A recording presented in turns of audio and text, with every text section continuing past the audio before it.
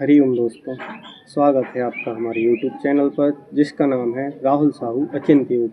आज हम आपको षटकर्म के ऊपर वीडियो लेकर आए हैं। षटकर्म है क्या? सबसे पहले तो इसको हम जानेंगे। षटकर्म दो शब्द से मिलकर बना है, षट और कर्म, जिसमें षट का अर्थ होता है छः और कर्म का अर्थ होता है क्रिया या कार्य। इस प्रकार षटकर्म का अर्थ हुआ छह ऐसे विशेष प्रकार के कार्य जिनसे शरीर का शोधन किया जाता है, शरीर को शुद्ध किया जाता है, वह षटकर्म कहलाते। कर्म को षटकर्म या षट शोधन या शुद्धिकरण या शोधन क्रियाओं आदि नाम से भी जाना जाता है। षटकर्मणा शोधनम जायते, अर्थात षटकर्म से शोधन किया जाता है। षटकर्म के अभ्यास से शरीर के त्रिदोष संतुलित होते हैं। जिसके त्रिदोष बिगड़ गए हैं, जैसे वात पित्त कफ गए हैं, तो उनको षटकर्म का अभ्यास करना चाहिए, जिससे त्रिदोष संतुलित होते हैं। षटकर्म के अभ्यास से नाड़ियों की शुद्धि होती है और शरीर के प्रत्येक अंग में जमा हो रहे टॉक्सिन्स दूर होते हैं। संपूर्ण शरीर का शोधन षटकर्म के द्वारा किया जाता है।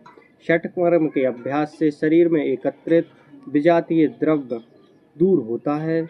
जिस विजातीय द्रव्य के कारण शरीर में रोग उत्पन्न होते हैं, उसको षटकर्म के द्वारा दूर किया जाता है। षटकर्म के द्वारा शरीर से विषाक्त तत्व और विषैले तत्वों को दूर किया जा सकता है। षटकर्म 6 अभ्यासों का समूह है, जिनके द्वारा शरीर के 6 विभिन्न एवं महत्वपूर्ण अंगों की सफाई की जाती है या शोधन किया जाता है। यह अभ्यास मन को शांत करने और मानसिक शांति प्रदान करने का अच्छा अभ्यास है।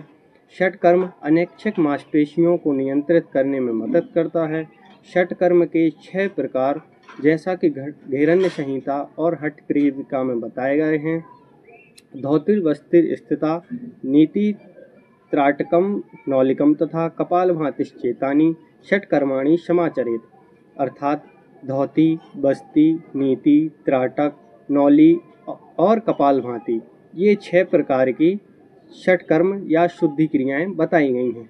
जिसमें धौती, इसमें पाचन संस्थान में होने वाले क्रमानुकुंचन और आंतों की क्रमानुकुंचन प्रक्रिया संभव होती है, जिससे आपकी जो स्वतः नियंत्रित क्रियाएं हो रही हैं, उन पर नियंत्रण पाने की क्षमता प्रदान होती है, जिससे मन को नियंत्रित करने की योग्यता प्रदान होती है।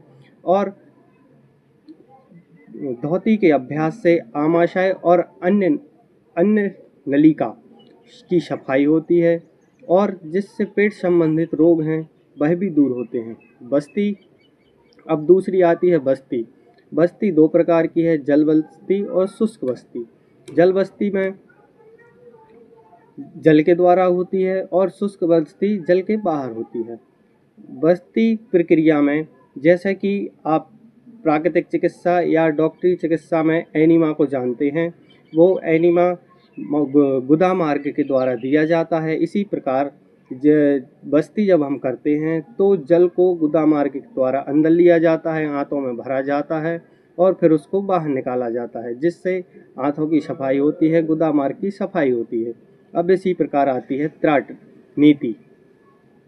नीति क्रिया 2 प्रकार की है, जल नीति और सूत्र नीति। जल नीति में हम जल के द्वारा करते हैं और सूत्र नीति में एक सूत्र होता है उसके द्वारा करते हैं। जल नीति में हम ये करते हैं कि एक तरफ से नासिका छिद्र में जल डालते हैं और दूसरी तरफ से निकालते हैं, यह जल नीति होती है। और सूत्र नीति में हम नासिका से सूत्र को अंदर डालते हैं और मुंह से बाहर निकालते हैं, यह सूत्र नीति क्रिया होती है। यह श्वसन संस्थान के लिए अच्छी क्रिया है, यह श्वसन संस्थान को ठीक करती है। इसी प्रकार आती है त्राटक क्रिया। त्राटक की क्रिया आँखों संबंधित रोगों को दूर करती है। जैसे किसी को आँखों संबंधित रोग हैं, जलन है आँखों में, लाल होती हैं आँखें, या किसी की आँख की दृष्टि कम हो रही है, तो उसको त्राटक क्रिया का अभ्यास करना चाहिए। त्राटक क्रिया का अभ्यास जैसे कि हमारी अनैच्छिक मांसपेशियों का अभ्यास है, जैसे हमारी पलक झपकना और खोलना अनैच्छिक मांसपेशियों की क्रियाएं हैं। इसी को रोकना या इस पर नियंत्रण पाना ही त्राटक का अभ्यास है। नौली हमारी पेट संबंधित क्रिया है। नौली के अभ्यास पेट की जो हमारे दोनों तरफ की मांसपेशियां हैं उनको एकत्रित करके बीच में लाया जाता है और फिर पेट को घुमाया जाता है। यह नौली की प्रक्रिया है। अब कपालभाति में हमारे कपाल का शोधन होता है। 20 प्रकार के कफ दोष दूर होते हैं। कफ संबंधित जितने भी रोग उत्पन्न हो रहे हैं सभी दूर होते हैं। कपालभाति एक बार लंबा गहरा श्वास भर लेके और जैसे कि लोहार की धौकनी होती है उस प्रकार से तेजी से श्वास को बाहर छोड़ते हैं। यह कपालभाति की प्रक्रिया है। अब आपको हम छठ कर्म के अभ्यास के लिए कौन कौन सी चीज़ें चाहिए उसका हम बताएंगे, आप उनको देखिएगा। चलिए दोस्तों, तो शुद्धि क्रियाओं के लिए कौन कौन सी चीज़ों की ज़रूरत है तो आप उसको देख लें। आपके पास एक जल नीति पॉट हो, जिसको जल नीति पॉट बोलते हैं, यह जल नीति में काम आता है।